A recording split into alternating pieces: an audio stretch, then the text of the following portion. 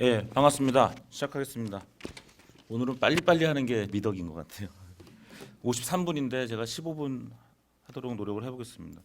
제가 경영학과에 있긴 한데 어,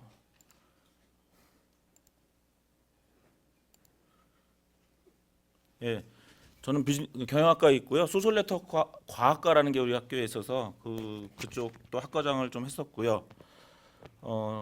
비즈니스 모델을 30대 연구했고 20대 인공지능을 연구했습니다. 그리고 사물 인터넷과 O2O 관련 회사인 뱀플이라는 회사를 하나 파운딩하기도 했고 전자상거래 올윈이라는 회사 둘 다 되게 재미있는 회사인데 나중에 한번 찾아보시기 바랍니다. 인공지능 관련 경력으로는 95년, 97년, 20년 전이죠. 미국 인공지능학회가 수여하는 이노버티브 어플리케이션스 AI라는 상을 2번 받았습니다. 그걸 대우조선과 현대건설에 응용한 거고요. 그러니까 저는 이제 인공지능을 응용하는 연구로 석박사를 받았고 제가 주로 활동했던 학회는 지능정보시스템 학회입니다. 그래서 내년에 차기 회장이고요. 스마트 커넥티드 월드라는 거를 좀 창립을 했어요. 그래서 올해 그 제가 이제 연구한 인공지능 방법론을 좀 써놨고, 그다음에 제가 생각해보니까 2000년대 초반에 AI 관련 기업인 테크노 에이전트라는 회사를 창업하기도 했습니다. 이 세상은 이제 스마트화와 네트워크라는 어떤 날개에 의해서 발전된다고 생각을 합니다. 스마트화라는 건 노드 자체의 능력이 고도화되는 거고, 네트워크화는 노드와 노드를 연결하는 그런 새로운 링크가 발생하면서 그 링크의 성능이 강화되는 현상이죠. 이 두 가지를 우리가 정보화라고 볼 수가 있고요. 어떤 때는 세상에 따라서 스마트화가 더 힘을 발휘할 때가 있고, 어떤 때는 네트워크화가 더 힘을 발휘할 때가 있겠습니다. 그런 양날개가 계속적으로 번갈아 가면서 정보화를 진전시키고 있다, 이렇게 볼 수가 있겠습니다. 그래서 이제 스마트 커넥티드 월드라는 그런 걸 하나 만들어 가지고 올해 8월에 처음으로 이걸 하고요. 정보화는 세계의 모든 공간에 균질하게 이루어질 수가 없죠. 특정 공간에서도 그 모든 대상에 그 효과가 균등하게 미칠 수 없습니다. 스마트폰 애플리케이션이 아무리 잘 나와도 눈이 어두운 할머니 할아버지는 그거를 잘 사용할 수가 없죠. 그래서 정보화는 한 국가에서나 한 지역에서 심지어는 한 조직에서도 또는 하나의 가정 내에서도 편파적으로 적용될 수밖에 없습니다. 또 정보화 효과 자체가 본질적으로 이중적입니다. 그렇죠? 왜냐하면 정보화는 일반적으로 분산화를 주죠. 거래 비용을 감소시킴으로써. 하지만 또 집중화를 줍니다. 은행은 커지죠. 왜냐하면 조정 비용이 감소되기 때문에 그렇습니다. 인지과학에서 많이 얘기하는 것이 휴먼 에전 인포메이션 프로세스죠. 인간의 어떤 존재론적인 본질 중에 하나가 인간이 하나의 정보 처리 기계라는 것입니다. 그래서 인간은 사유하는 기계이면서 정보를 입력받아 이를 처리하고 저장하고 그 일부를 출력하는 고도의 정보 처리 기계인데, 근데 인간은 그 제한된 합리성을 갖고 있는 정보 처리 기계죠. 그렇기 때문에 정보 기술이 그런 인간의 정보 처리 능력을 확장해 준다면 그 굉장히 고맙지만, 그러한 인간의 정보 처리 능력을 대체해 준다면 또 위협이 될 수밖에 없습니다. 그래서 한편으로는 생산성을 고양하기 때문에 고마운 반면, 그렇게 해서 성장에 기여하는 반면, 한편으로는 고용을 줄이는 그런 또 가능성이 있는 것이 너무나 당연한 것입니다. 인간의 욕구 발전 단계가 있는 것처럼 인간은 특정 분야의 업무가 기계에 대체되는 만큼 새로운 욕망을 만들어내고 있죠. 우리 10년 전에 웹툰 작가라는 건 없었거든요. 수많은 소셜 미디어 마케터 이런 거 없었습니다. 그래서 새로운 어떠한 욕망을 축적시키기 위한 새로운 산업과 고용은 또 계속적으로 창출되는데요. 하지만 물론 거시적으로는 그렇습니다만 미시적으로는 어떤 대체되는 분야의 고용은 분명히 감소되기 때문에 이에 해당하는 개인은 고통받을 수 있는 게 너무 당연하겠습니다. 일반적으로 세상이 어떻게 발전하는 것을 보면 이제 그것은 제도라는 것이 어떻게 발전해 왔는가, 결국 재산권을 보호하고 재산권을 잘 활용을 증대하는 그런 나라 사회가 번영했다는 것이고요. 이걸 좀 더글라스 노스나 이런 올리버 윌리엄슨 이런 학자들이 이런 걸 밝힘으로써 노벨 경제학상을 받았습니다. 그런 과정에서 거래 비용과 조정 비용을 줄이는 방향으로 발전한 거고요.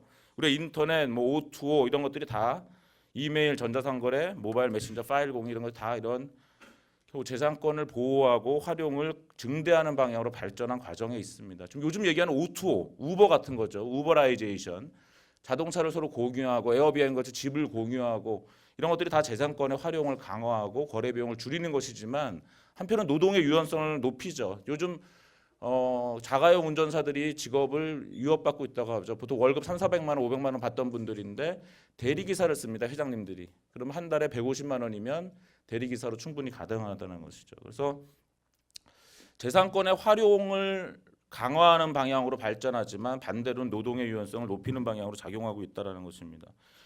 그것은 뭐 제도라는 것이 기득권에 유리한 방향으로 개혁될 수밖에 없다는 거죠. 그래서 권력 뭐 연세대학교 하현석 교수님이 말씀하시는 그런 제도론에 보면 나오는 얘기입니다. IoT와 인공지능의 발전도 마찬가지죠. 사물 인터넷이라는 결국 지구 전체의 재산권의 활용을 촉진시키면서 거래 비용과 조정 비용을 줄여주는 것이고요. 이 비용이 주는데 그 동시에 감시와 모니터링의 비용도 줄기 때문에 프라이버시 문제가 발생합니다. 그럼 결국 그 인간을 어떻게 간주할 것인가에 따라 달라지는 거죠. 그런 인문사회적 효과의 방향이 달라질 것입니다. 그렇죠? 인간이 관리 대상이냐 아니면 인간이 관리 주체이냐에 따라서 결국은 이 부분이 기술 결정론과 어떤 제도 결정론이 만나는 지점이 되고요. 오늘 제목을 제가 이렇게 받았어요. 인공지능 기술이 가져올 기업과 노동의 변화라는 제목을 받았다는 얘기는 사실 그 자체로 기술 결정론적인 시각이 있는 제목을 제가 정한 건 아니거든요. 어쨌든 근데 기술 결정론적이지만 세상은 그런 기술과 제도의 상호작용에 의해서 특히 또 제도가 기술을 선택함으로써 변해 나가는 것이기 때문에 그렇다는 것입니다. 제가 2003년에 쓴 논문이 에이전트 베이스 비즈니스가 어떻게 성공하느냐라는 그런 논문을 한번 써봤어요. 오른쪽의 표가 한 20개 정도의 당시에 인공지능을 표방하는 비즈니스들이었고요. 이것이 언제 성공하고 언제 실패하는 걸 자료로 정리한 겁니다. 이걸 분석한 걸 인덕티브 러닝 아시죠? ID3 알고리즘.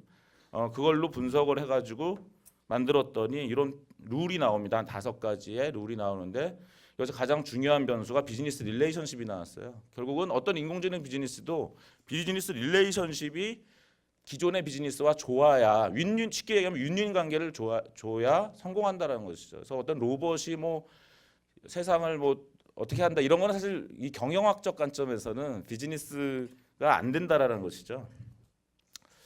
좀 더 이제 논의를 진영 산업혁명, 결국 이제 요즘 얘기하는 산업혁명, 제4 산업혁명 얘기하잖아요. 우리가 중학교 때 읽었던 엘빈 토플러의 제3의 물결은 1차가 농업혁명, 2차가 산업혁명, 3차가 정보혁명이라고 얘기했고요.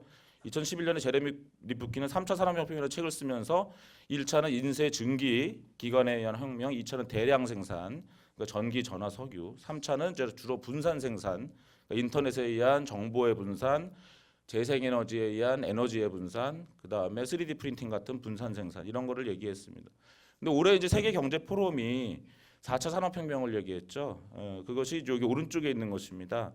그 위에 유발 하라리의 사피엔스에 나오는 얘기 2가지를 더 첨가를 했습니다. 그 위가 오늘 아까 이경민 교수님 얘기하거나 하시는 그 코그니티브 레볼루션이죠. 그래서 7만 년 전에 일어났다는 인간이 랭귀지를 사용하고 그다음 픽션을 만들어서 미스 신화를 만들고 그래서 이제 유발 하라리 책에 보면은 뭐 국가라는 개념, 또 회사라는 개념 이게 다 미스고 픽션이고 이런 걸 만들어서 사람들이 협동하게 했기 때문에 인류가 발전했다라는 것입니다.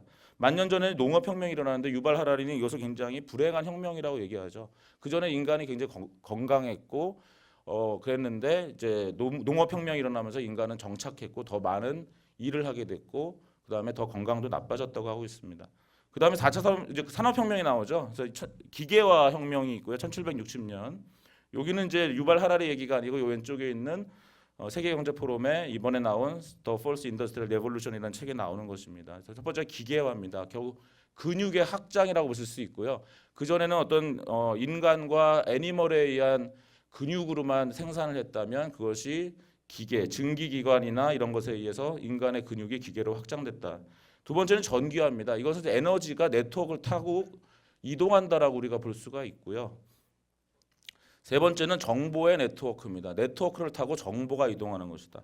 이제 네 번째는 뭐냐? 지금 4차 산업혁명은 뭐냐? 그거는 뭐 여러 가지 있겠지만 일단 인공지능 중심으로 얘기하면 두뇌의 확장이라고 볼 수가 있고요. 또 하나는 사물과 정보의 결합, 그 다음에 인간과 비인공적 바이오의 어떤 결합, 뭐 이런 정도로 정리해 볼 수가 있겠습니다. 제가 오늘 말씀드린 프레임워크를 한번 만들어봤는데 이건 이제 컴퍼니 아까 이제 노동과 기업의 변화를 얘기하라 그러니까 하나로 얘기해 본다면 컴퍼니가 뭐냐 이제 앞으로 as human cloud and AI mixed initiative 시스템이다 이렇게 볼 수가 있겠습니다. 아마존의 메커니컬 투크라는 거 아세요? 털크? 예, 나중에 한번 들어가 보시기 바랍니다. 그래서 어떤 굉장히 작은 허드렛 일, 기계는 절대 할 수 없는데 인간이 해야 되는 허드렛 일을 해서 우리가 돈을 벌 수 있는 그러한 휴먼 클라우드 시스템입니다. 우리나라 명합 입력 서비스 리멤버라는 거 있죠. 예, 명함 찍어서 보내주면 사람이 자동 인식도 쓰겠지만 결국 오류가 있기 때문에 조금 사람이 일을 합니다. 현재 통신회사들이 콜센터를 상당히 인공지능 기술로 자동화하려고 하는데 과연 될까요?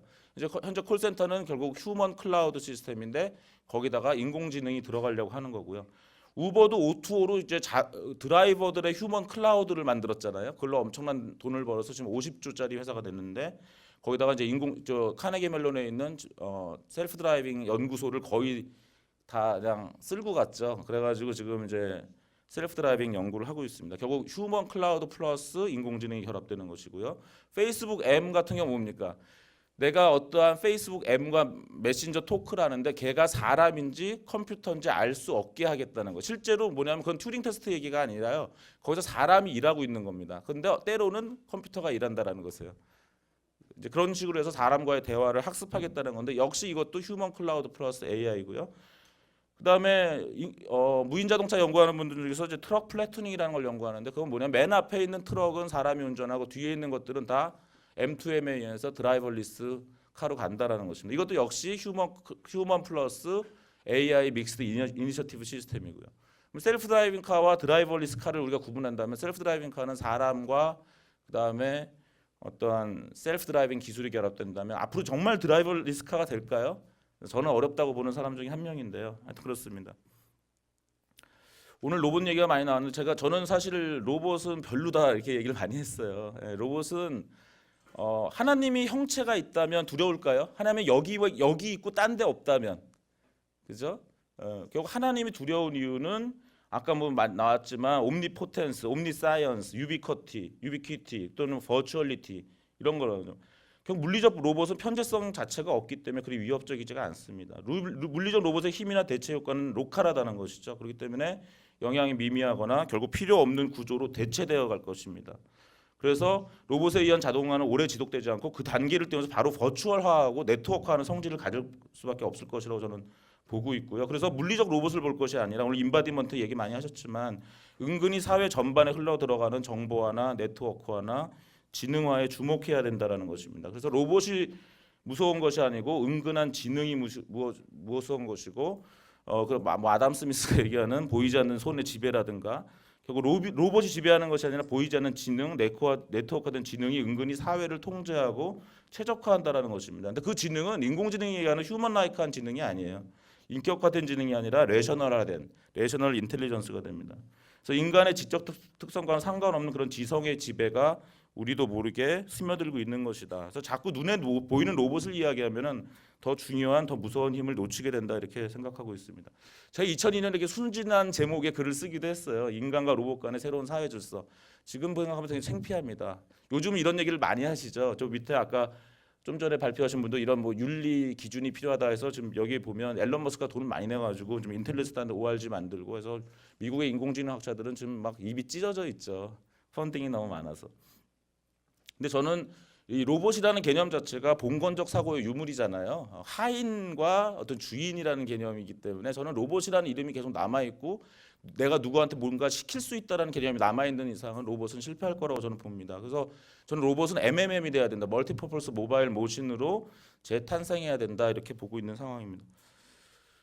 여기까지 일단 간단히 말씀드렸고 지금 이제 저는 인공지능 기술이 요즘 많이 얘기가 되지만은 이거 누가 얘기한지 아세요? 나는 어설프다 덕분에 세상은 안도한다. 김기덕 감독이 얘기한 겁니다. 김기덕 감독의 영화가 상당히 어설프죠. 하지만 그래도 베니스 영화제도 상 받고요. 뭐 근데 인공지능도 좀 그런 것 같아요. 인공지능이 아직 어설프다. 아직 인공지능이 상당히 어설퍼서 이렇게 고민할 게 별로 저는 없다고 보는 편입니다. 예, 이세돌 4호까지 알파고가 실수도 했고요. 이런 딥러닝 네트워크들이 실수가 있잖아요. 신경회로망 딥러닝 is a neural network이고 뉴럴 네트워크는 기본적으로 설명 불가능성이라는 한계를 갖고 있고 오류 가능성이라는 특성을 그대로 계승할 수밖에 없는 그런 것입니다. 퍼포먼스가 좋아졌지만 실수가 없어진 건 아니죠. 왼쪽에 이런 실수를 하고 있고요. 이 사람들을 막 기린으로 보고 있고요. 오른쪽에 있는 것도 사람이 그냥 전화 박스를 걸어가고 있는 건데 전화를 건다라고 해석을 합니다. 그래서 이제 이 페이스북에서 발표한 자료를 본 건데 페이스북 여전히 우리 옛날에 아까 마빈 미스키 얘기 나왔지만 69년에 익스클루시브 오화 문제를 제기함으로써 뉴럴 네트워크가 겨울에 빠져들었잖아요. 1969년에.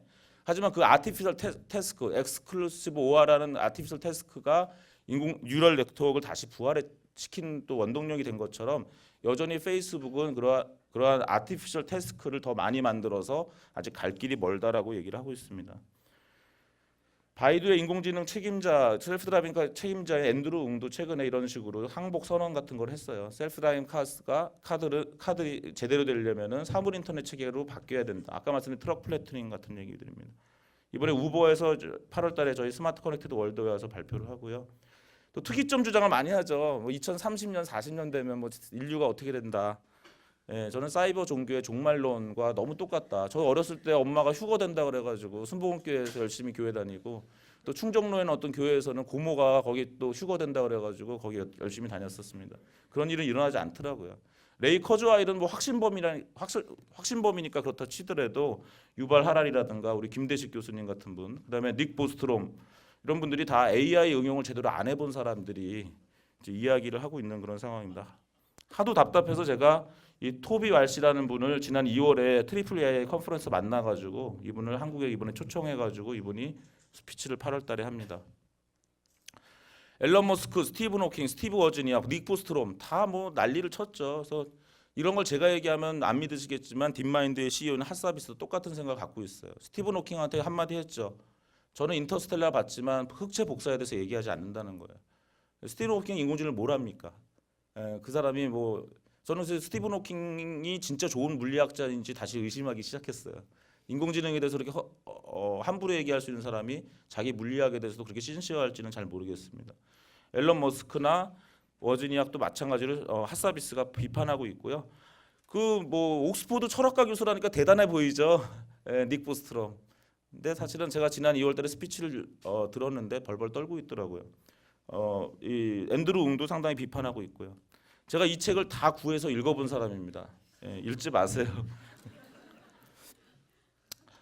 페이스북에 어떤 글을 쓰다 보니까 어떤 분이 댓글을 썼습니다. 핫사비스도 30년 지나면 인공지능 된다는데요, 교수님. 그래서 제가 정말요? 그 원문을 저는 읽기 전에는 믿을 수가 없습니다. 그랬습니다. 원문을 좀 구해오세요. 카이스트에서 강연했잖아요, 그때. 그래서 카이스트 강연한 원문이 왼쪽에 동아일보에 나온 겁니다. 그 밑에 보면 the level of intelligence will take a very long time. 이렇게 이런 그 원문인데 오른쪽에 조선일보에서는 역시 이렇게 왜곡을 했습니다. 사람 같은 인공지능 수십 년 더 기다려야 나올 것. 그러니까 이런 것들이 너무나 많은 거죠. 지금 그 언론 기사에 많은 남자들은 영화 허나 엑스마키나를 보면서 굉장히 그런 로봇이 나올 거라고 기대하지만 당분간 그냥 여자 사람한테 잘해주는 것이 좋다고 생각합니다. 그 알파고가 이렇게 이겼는데요. 제가 2005년에 정보과학 퀴즈 쓴 MMORPG와 인공지능이라는 논문에서는 제가 이창호 구단을 이기는 인공지능 바둑 시스템이 곧 나올 수 있을 것이다. 충분히 개발 가능하다. 돈만 있으면 만들 수 있다. 이렇게 얘기를 했습니다. 11년 만에 이거 현실화된 건데요. 이게 왜 제가 2005년에 그런 글을 썼느냐. 인공지능 분야로서의 바둑은 전략은 무궁무진하지만 규칙은 간단하다. 하지만 현실의 문제들은 인간의 언어를 이해해줘야 되고 사물과 인간을 관찰해야 되는 굉장히 어려운 문제라는 것입니다. 그래서 인공지능 응용 분야로서의 게임은 조금 쉬운 문제다. 그런 얘기고요. 그래서 이 알파고가 이 세대를 이겼다고 해서 뭔가 큰 변화가 일어날 거라고 생각할 건 없다라는 것이죠. 스타크래프트를 다음에 한다고 하는데 이런 건 약간 꺼름직한 얘기입니다. 왜냐하면 스타크래프트를 하려면 이제 아까 아자왕 인류 최초의 기계 노예라고 불리는 아자왕이 할 게 아니라 이제는 실제로 손을 만들어야 되죠. 마우스를 조작하고 키보드를 조작해야 되고 화면을 보는 눈을 만들어야 되고 사운드를 듣는 귀를 마이크를 만들어야 되기 때문에 뇌에서 이제 조금씩 발생이 되는 거죠. 우리가 임신을 해도 뇌부터 만들어진다고 합니다. 근데 그동안 로봇 학자들은 바보같이 손과 발부터 만들어요. 저는 딥마인드가 제대로 어프로치하고 있다고 봅니다. 물론 딥마인드는 자연어 쪽이 약해가지고 여기 다크블루랩이랑 비전 팩토리를 인수했고요. 제가 이쪽 논문들을 좀 읽어봤는데 상당히 야심차긴 한데 아직 자연어 처리는 저는 과연 딥러닝 방법으로 될 거냐. 오전에 튜토리얼 너무 좋았습니다. 카이스트 교수님 하신 거 너무 잘 배웠는데 여전히 자연어 처리가 될 것이냐 하는 것은 저는 아직까지는 확신이 없습니다. 딥마인드가 이런 게임을 하는 게 맞는 얘기냐? 저는 그런 생각을 했어요. 2015년 네이처에 쓴 논문이 아타리 게임 했잖아요. 1인 게임을 한 거고요. 2016년 알파고 논문이 2인 게임을 한 거죠. 이번에 스타크래프트 한다. 이제 다인 게임 MMORPG를 하는 건데요. 결국은 인생은 게임 아니냐는 거죠. 그래서 제가 오늘 여기서 강의하는 것들, 사람들을 만나서 인사하는 것들 다 우리가 아이템을 얻고 협력하고 경쟁하고 하는 것이기 때문에 이러한 것들이 딥마인드 어프로치 상당히 제너럴 아티피셜 인텔리전스로 가는 하나의 어프로치로서 굉장히 우리가 주목할 만하다 이렇게 보고 있습니다. 그러나 어떤 한 방법론에 A라는 분야에 B라는 방법이 성공했다고 해서 C라는 분야에 B라는 방법이 성공할 보장이 없는 것이기 때문에 오늘 시간이 없습니다만 구글, IBM, 애플, 페이스북 다 어프로치가 다 다릅니다. 이거 하나를 다 구분할 수 있는 게 쉽지 않은 건데 하여튼 이런 거죠. 알란 튜링의 튜링 테스트는 맞습니까? 굉장히 많은 비판이 있는 것입니다. 사실은. 그래서 저는 페퍼나 지보나 시리 같은 것이 다 어려울 거라고 2년 전부터 이제 예측을 해왔는데요. 지금 페퍼가 작년에 출시돼서 굉장히 많이 팔린다고 하고 IBM 왓슨과 결합됐다고 하는데 저는 페퍼는 실패할 거라고 예상을 하고 있습니다. 같이 한번 두고 보시기 바랍니다. 인포렉션 에이지라는 표현을 저는 좀 만들어봤어요. 옛날에는 우리가 인포메이션 에이지에서 정보화 시대잖아요. 정보가 많고 우리가 그걸 가지고 의사결정하고 우리가 액션하는 그런 시대인데 왜 그 사람이 그걸 하지 않고 기계가 하면 좋다고 생각해요. 제 친구도 셀프 드라이빙 카 하면 훨씬 더 사람이 덜 죽는데요. 아직 나오지도 않은 자동차에 대해서 그런 기대를 갖고 있다는 거죠. 셀프 드라이빙 카 하는 사람들은 그걸 하면 사람들의 목숨을 구할 수 있다고 하는데 그거는 보장할 수 없는 거라고 합니다. 그건 저는 이데올로기라고 생각하고요. 그래서 왜 인포하는 역할을 하고 있는 인포메이션에 머물지 않고 그걸 액션으로 연결하는 그런 인포렉션을 찬양하는 그러한 상황이 있다. 그래서 인포렉션이 과연 트렌드냐, 인포렉션이 예전 어떤 이데올로기냐 이런 의심을 하고 있습니다.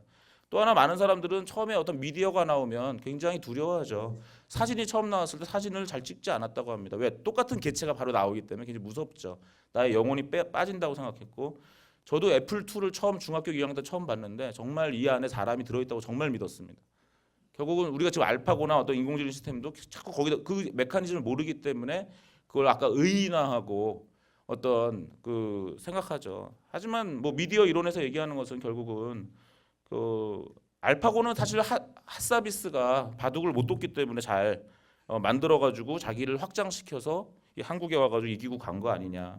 근데 그 미디어가 주체가 될 거라고 자꾸 생각하는 사람들. 그래서 뭐 인간을 공격하고 뭐 이런 거는 참 황당한 그냥 착각일 뿐이다. 저는 그렇게 보고 있습니다.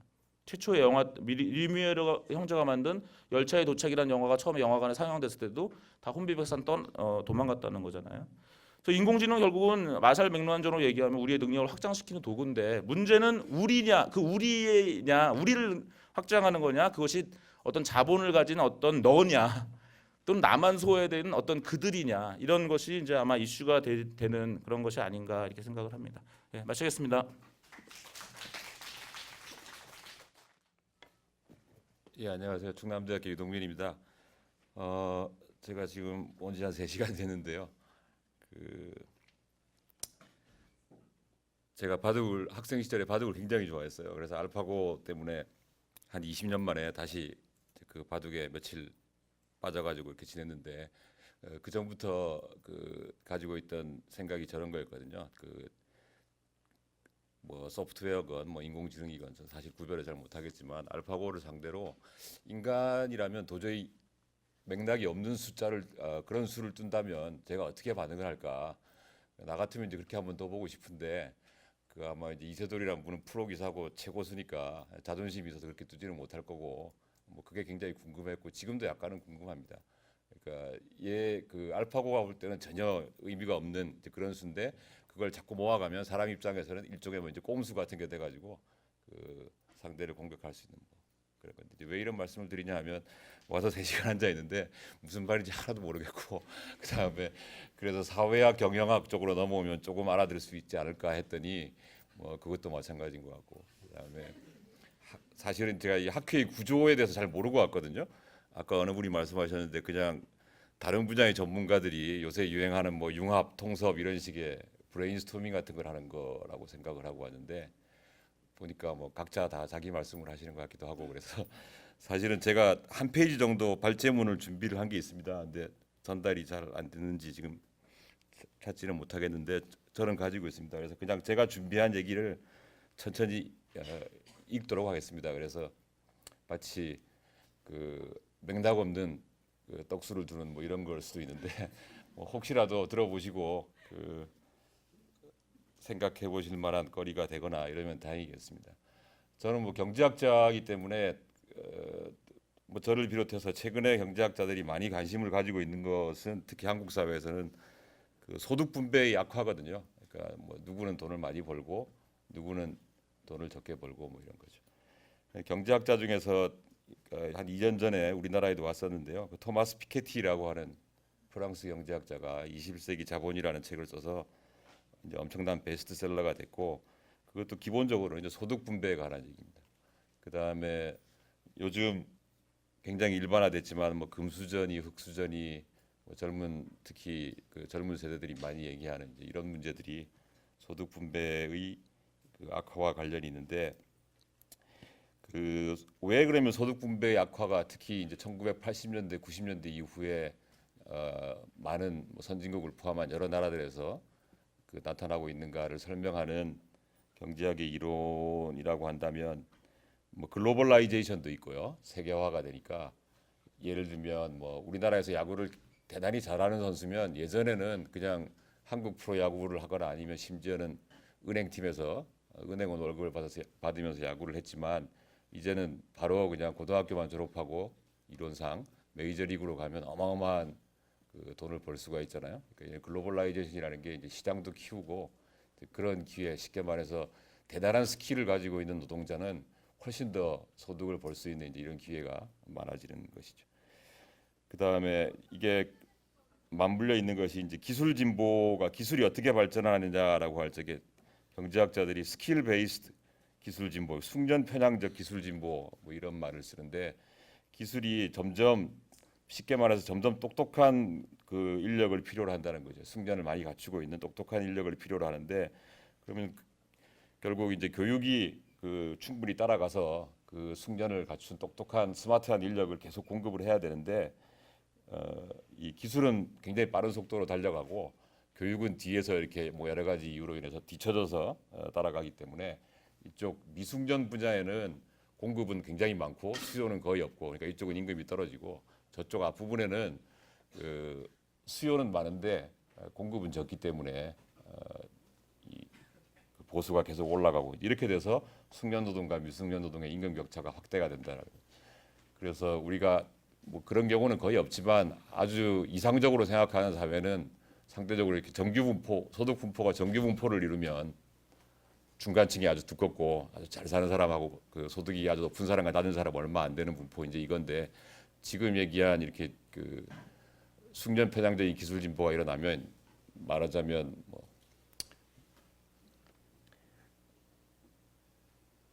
저런 거죠. 뭐 제가 수업 시간에 잘 들었는데 뭐 굉장히 어려운 수학 시험을 내서 뭐 전교 1등하는 뭐 항상 그 100점 만든 수학의 너드 같은 학생은 여전히 100점인데 대부분의 학생들은 다 한 뭐 빵점에서 10점 사이로 왕창 올려버리는 이렇게 한쪽 꼬리가 굉장히 두터워지는 그런 그 소득 분배로 간다라는 뭐 이런 거고 이제 이랬을 때 그 해결 방식은 뭐냐 하면 이거 어떻게 해결할 거냐 교육 제도를 혁신을 하고 뭐 말하자면 기술 진보의 속도에 빠르게 그 빠른 기술 진보의 속도에 따라갈 수 있도록 교육 시스템도 바꾸고 교육 방식도 바꾸면서 노동자들이 이제 숙련을 쌓아서 이른바 휴먼 캐피탈을 쌓도록 해줘야 된다.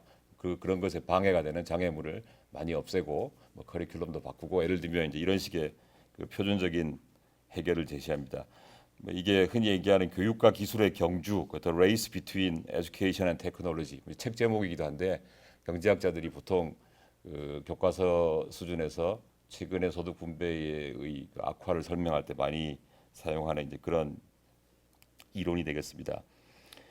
그런데 이 이론만 가지고는 뭐 피케티라는 사람도 그렇지만 최근에 소득 분배 악화를 설명하는데 굉장히 힘들다. 뭐 이제 이런 얘기가 나왔는데 이를테면 그 1993년에서 2010년 동안 그러니까 지금부터 한 20년 전부터 최근까지죠. 그 유럽의 16개국을 가지고 조사한 그 실증 연구한 결과를 보면 일자리가 우리는 보통 이제 그냥 일자리가 창출된다, 뭐 일자리가 몇만 개 창출된다, 뭐 이런 식의 얘기를 특히 정치인들이 많이 하는데 조금 세분화시켜 가지고 그 고임금 일자리랑 저임금 일자리, 그다음에 중간 정도 되는 그 임금의 일자리가 어떻게 되는가를 그 조사를 해본 결과 이제 고임금 일자리는 대충 한 5.6% 정도 증가했고 저임금 일자리도 한 3.65% 증가했어요. 그런데 중간 임금의 일자리는 9.2% 정도나 2% 포인트 정도 감소했다라는 거죠. 미국에서도 이제 비슷한 현상이 관찰되고 이건 뭐 저널리즘 같은 데서도 많이 얘기하고 있는 건데 이걸 경제학자들이 굳이 뭐 이름을 붙인다면 그 아까는 스킬 베이스드 테크니컬 체인지라고 했는데 이건 이제 루틴 베이스드 테크니컬 체인지. 굉장히 루틴화된 업무를 수행하는 그게 이제 사실은 이제 중간 정도 아까 말씀드린 중간 정도 임금의 일자리인데 이거는 급속하게 줄어들고 굉장히 그 높은 스킬을 필요로 하는 이제 그런 데나 아니면 그 전통적으로 별로 스킬이 필요하지 않은 뭐 다른 말로 하면 교육도 별로 필요하지 않고 그냥 대충 이렇게 하면 할 수 있을 거라고 생각하는 그런 일들의 일자리는 늘어나고 중간이 점점 사라진다라는 거죠. 뭐 이게 말하자면 그 코드화된 지식으로 설명할 수 있는 부분 그리고 굉장히 루틴한 어떤 몇 가지 절차를 잘 수행하면 되는 이제 이런 건데 이런 거는 이제 기계라든가 뭐 인공지능이라든가 로봇이라든가 이런 것에 의해서 급속하게 생각보다 빨리 대체될 수 있다는 거죠. 그러니까 뭐 저는 뭐 인공지능이라는 것의 그 구체적인 내용에 대해서 전혀 모릅니다만 뭐 신문 같은 데서 최근에 알파고 이후에 뭐 많이 보도되고 있지만 뭐 예컨대 그 요즘 학생들이 고등학생들이 이과대학 많이 가려고 하는데 보통 동네 병원에 의사가 수행하는 업무의 상당 부분은 그 죄송하지만 이제 문외한이 제가 보기에는 굉장히 루틴한 것들이거든요. 근데 그런 것들을 훨씬 더 그 뭐 컴퓨터를 이용하면 또는 뭐 인공지능을 이용하면 효과적으로 수행할 수 있다는 거죠. 그다음에 뭐 제가 주로 대학교 학부 학생들을 상대로 뭐 경제 원론을 강의하거나 이제 이런 거를 강의하는데 뭐 교수가 강의하니까 저 사람은 교수니까 뭐 공부를 많이 했을 것 같고 뭐 기타 그렇지만 실제로 강의를 해보면 경제 원론 강의 같은 거는 정말로 루틴한 거거든요. 20살 때 배운 걸 한 20년째 지금 계속 반복을 하고 있기 때문에 어떨 때는 강의를 하면서 딴 생각을 하면서도 그냥 뭐 계속 그 순서대로 쭉 사실 교재가 없어도 어떤 때는 강의 노트를 안 가지고 들어가도 그냥 쭉 할 수가 있어요. 그 굉장히 루틴한 이제 이런 부분인데 이제 그런 부분들도 얼마든지 쉽게 대체될 수가 있다는 거. 근데 이렇게 되다 보니까 그 소득 분배가 아까 교육과 기술의 경주 이론에서 주장하는 것처럼 뭐맨 위에 그 높은 스킬을 가진 쪽으로 가고 나머지는 다 무너지는 이런 구조라기보다는 이 맨 위에 있는 높은 스킬을 가진 쪽에서도 점점 더 탈락해가지고 이제 나가는 이런 구조로 갈 거다라는 거죠. 그래서 이제 최근에는 뭐 그 아까 교육과 기술의 경주라는 말에 빗대어 가지고 기계와 기술의 경주, 기계와 인간의 경주, race between man and machine 뭐 이제 이런 표현의 경제학 논문들도 나오고 있고요. 아까 조금 전에 그 교수님 발표하시는 것 중에 빨리 지나간 책 중에 우리나라에도 번역된 뭐 그 제2의 기계 시대라고 번역된 뭐 이제 이런 그 책도 있었는데 항상 이 기계와 인간의 경주 뭐 이런 식의 담론들이 경제학 쪽에서도 많이 나오기 시작을 했어요.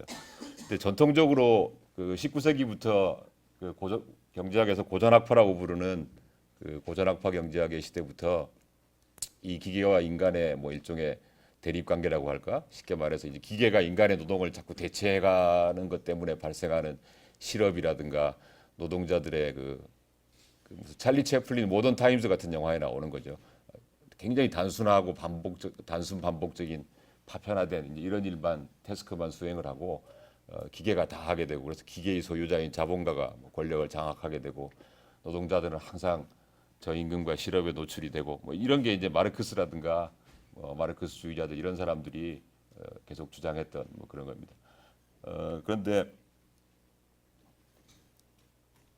그 19세기에 마르크스를 포함해서 고전학파 경제학자들은 그 특이하게도 이제 어떤 생각을 가지고 있었냐면 이 자본주의 경제가 앞으로 어떻게 될 거냐, 충분히 성장을 했을 때 어떻게 될 거냐라고 생각했을 때 마치 이렇게 생물체가 성장하는 것처럼 이렇게 S자 모양으로 자본주의가 어느 순간을 지나면 굉장히 빠른 속도로 증가하다가 뭐 다시 변곡점을 지나면 성장 속도가 점점 둔화되다가 저성장 시대다. 나중에 가면 성장이 거의 이제 정체되는 이제 이런 상태로 갈 거다. 그걸 이제 경제학에서 고단학파 경제학자들이 스테이셔너리 스테이트라고 해서 정체 상태로 갈 거다. 그러면 그렇게 되면 이제 인구 증가도 0이 될 거고, 뭐 투자도 0이 될 거고, 경제 성장률도 0이 될 거고, 말하자면 그 경제 규모 자체가 멈춰버리는, 멎어버리는 이런 상태가 될 거다라고 했고, 그래서 그 19세기의 경제학을 이르기를 뭐 디스멀 사이언스, 우울한 과학이다. 왜냐하면 미래의 비전이라는 게 굉장히 암울하니까 뭐 이렇게 얘기를 했었거든요. 근데 20세기 이후에 현대 경제학으로 넘어오면서 이제 그걸 돌파할 수 있는 돌파구로 기술 진보에 관한 얘기를 많이 했고, 그 기술 진보가 빠른 속도로 일어나면 경제가 이제 최종적으로 정체된 것처럼 보여도 뭐 혁신적인 기술이 나오면 이렇게 막 도약을 해가지고 한 단계 더 질적으로 비약을 하면 계속 성장이 지속되고 뭐 이런 식의 얘기를 했습니다. 그래서 한 1970, 80년대 이후에 오면 무슨 뭐 휴먼 캐피탈이라든가 뭐 내생적 기술 진보라든가 이런 것에 대해서 그 굉장히 그 이론이 많이 그 연구가 되고, 그런 것이 뭔가 이렇게 경제학의 암울한 비전을 제거해 줄 수 있는 것처럼 이렇게 얘기를 했었어요.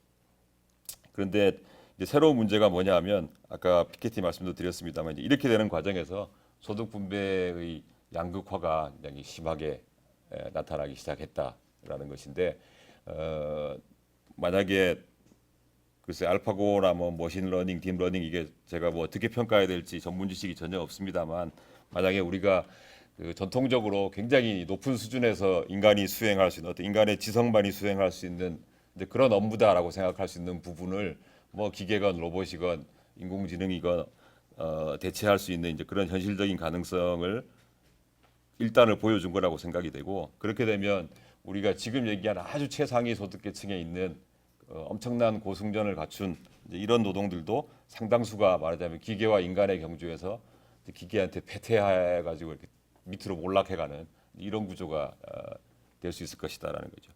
그래서 뭐 이것 자체는 뭐 미래학적인 주제이기도 하고 뭐 굉장히 두렵기도 하고 흥미로운 주제이긴 하지만, 경제학자 입장에서 볼 적에는 이제 이런 그 레이스가 진행되는 과정에서 소득 분배가 과연 이제 그런 식으로 될 때 그걸 우리가 어떻게 그 말하자면 그 불평등을 완화할 수 있는 이런 그 방법을 찾아낼 것인가. 그 다음에 굉장히 많은 사람들이 그 아주 낮은 숙련 단계로 전락을 하면서 고용도 불안정해지고 뭐 소득도 적어지고 하게 되는데, 그것을 위해서 사회적으로 어떻게 안전장치를 갖출 것인가, 뭐 이런 것들을 생각하는 것이 굉장히 중요한 과제가 될 것 같습니다. 그 원래 이 제시된 제목이 뭐였죠?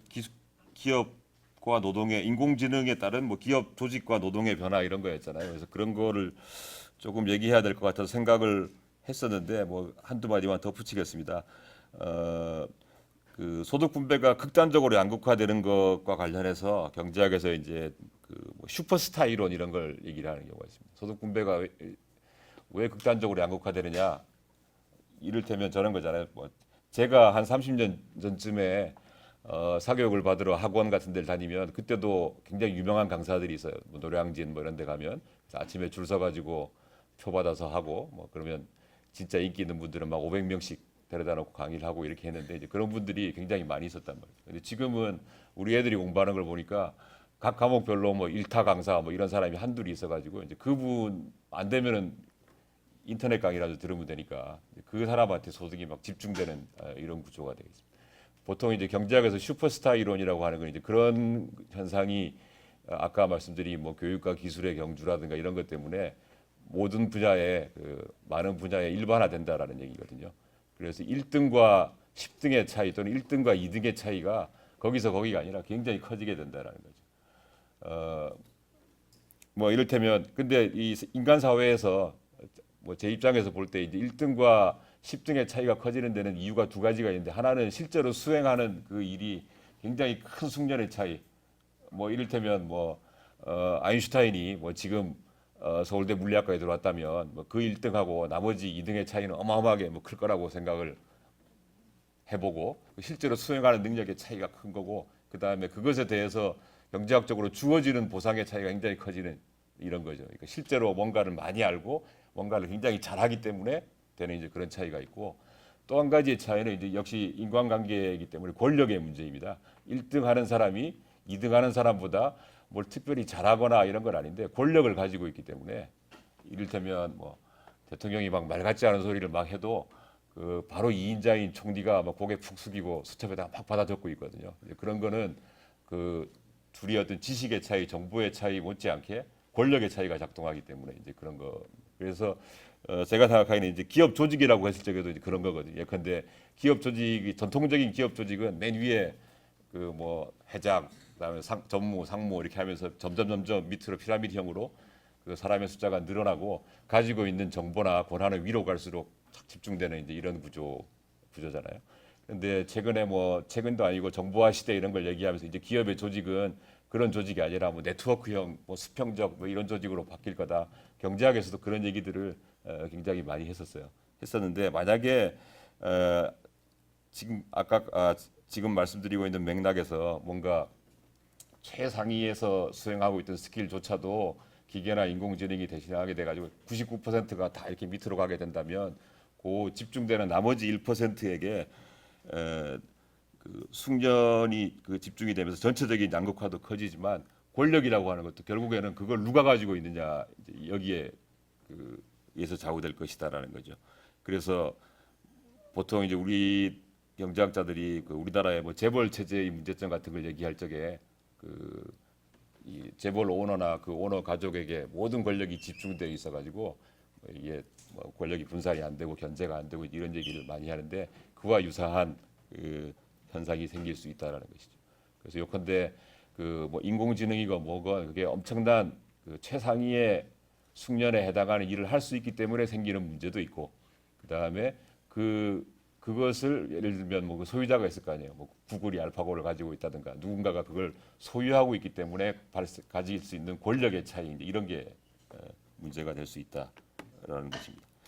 뭐 예, 그래서 그런 권력과 기술의 집중 현상 뭐 이런 거고 뭐 제가 최근에 고등학생 애가 있기 때문에 관심사이긴 한데 보니까 요즘은 문과를 거의 안 가려고 하더라고요. 그래서 대학도 그렇고 학생들도 그렇고 이과에 막 집중되는 이런 현상이 있는데 뭐 이런 것을 어떻게 해석할 거냐와 관련해서도 전체적인 이런 기술 변화도 관련이 있고 권력 변화하고도 관련이 있다고 생각이 됩니다. 첫째로는 한 기술 변화라고 보면 지금까지 말씀드린 맥락에서 그렇고 예컨대 우리나라의 재벌 시스템 같은 데에서는 굳이 가령 뭐 그 인문학적인 사고나 아니면 뭐 재벌 오너의 결정에 뭐 논리적으로 뭔가를 판단하고 구상하고 이런 사람들을 많이 둘 필요가 없어요. 권력이 집중돼 있기 때문에 그런 사람들 껄끄러울 뿐이거든요. 그렇다면 결국 필요한 사람은 어떤 사람이냐면 그